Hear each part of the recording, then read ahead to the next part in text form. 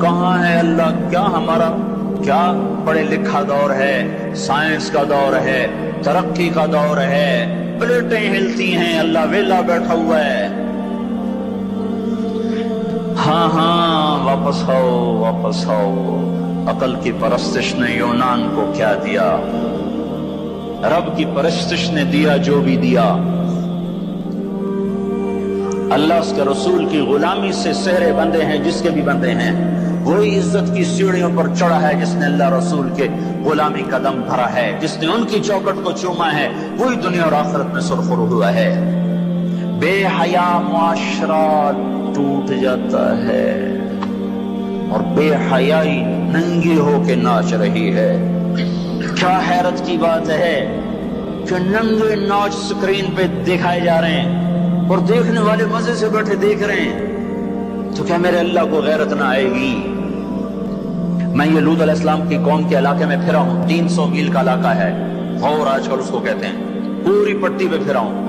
وہ سارا پہاڑی علاقہ ہے، اسلام آباد کے پہاڑوں جیسا، بڑے چھوٹے چھوٹے خوبصورت پہاڑ، چلتے چلتے ایک دم بیچ میں نشیب آتا ہے اور یوں زمین 300 میل تک بیٹھی ہوئی نظر آتی ہے۔ عربی زبان میں بیٹھی چیز کو غور کہتے ہیں۔ یہ زمین کیسے بیٹھ گئی؟ جب لوط علیہ السلام کی بستی کو اٹھایا اور اٹھا کر اوپر سے زمین پر مارا تو وزنی چیز جب زمین پر گرتی ہے تو دائیں بائیں زمین نیچے بیٹھ جاتی ہے۔ اس طاقت سے وہ بستی زمین پر گری کہ 300 میل تک ساری زمین بیٹھ گئی۔ تو لوط علیہ السلام صبح نکلنا تھا کہ پہلے زلزلہ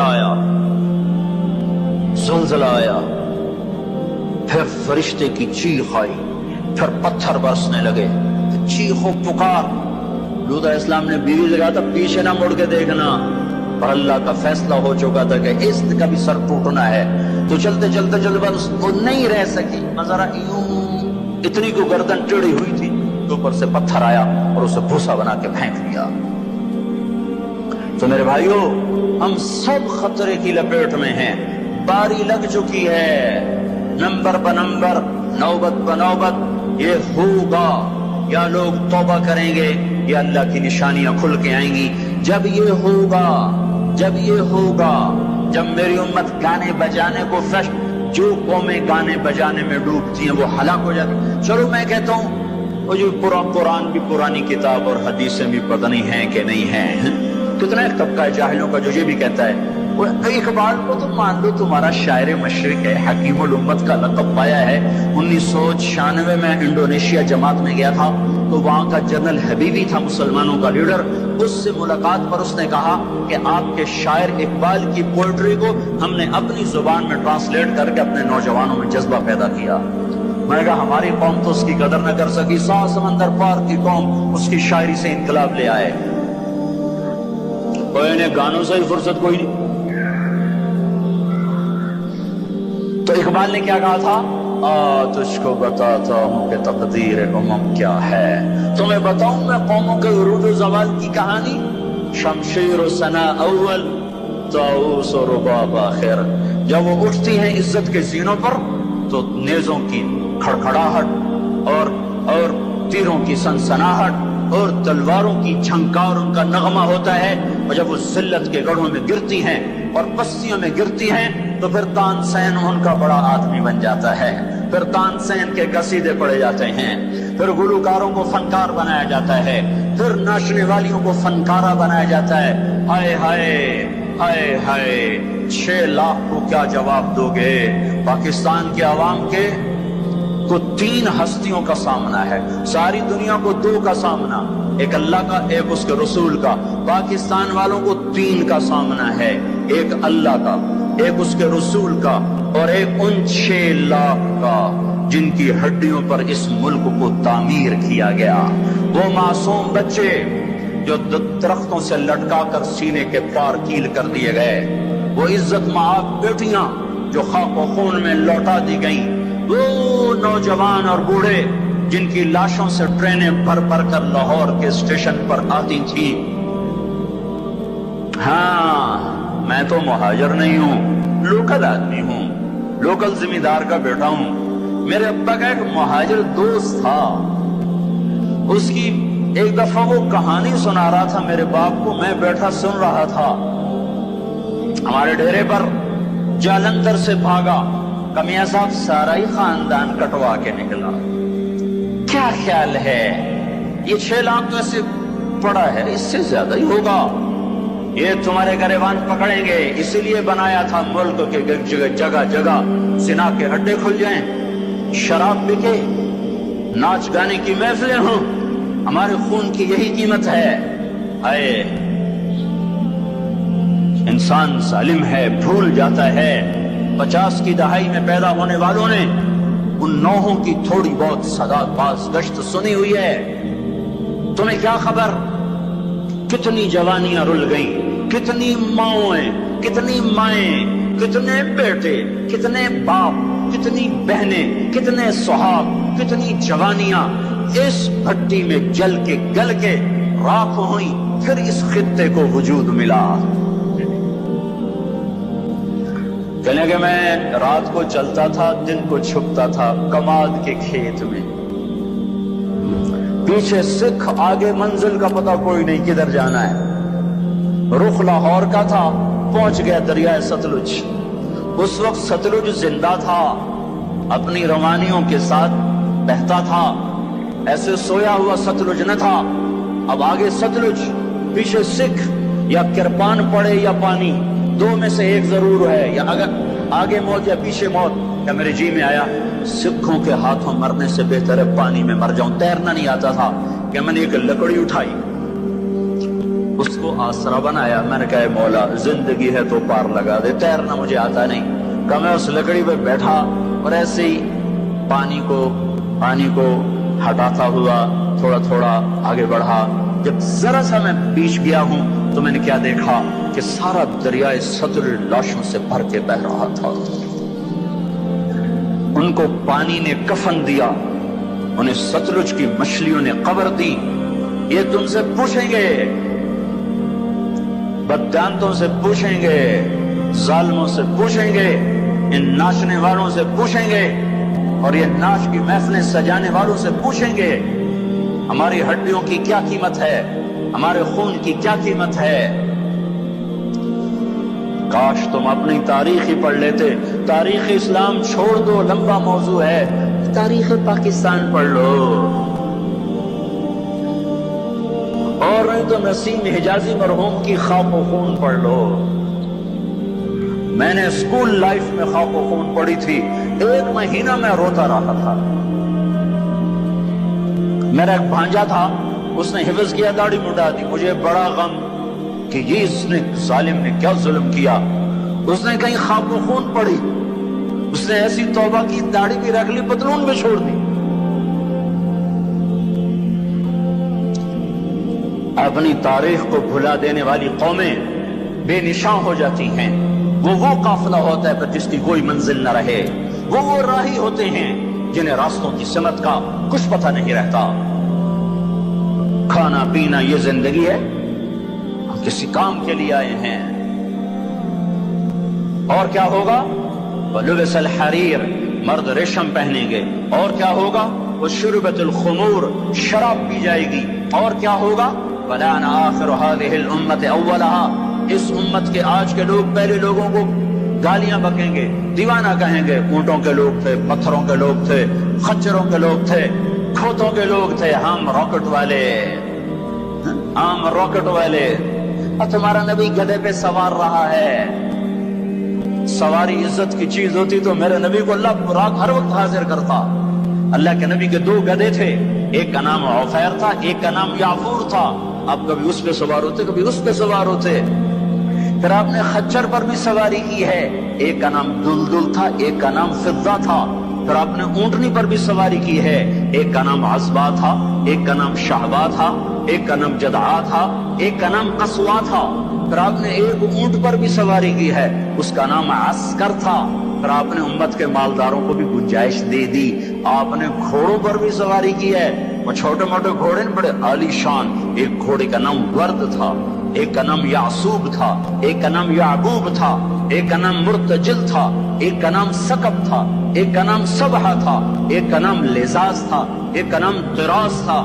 یہ سارے حسین گھوڑے تھے جن پر آپ نے کبھی کبھی سواری فرمائی کہ اگر میری امت کا کوئی مالدار اچھی سواری رکھنا چاہے تو میں گنجائش دیتا جاؤں کہ میں صرف غریبوں کا نبی نہیں ہوں، مالداروں کا بھی نبی ہوں۔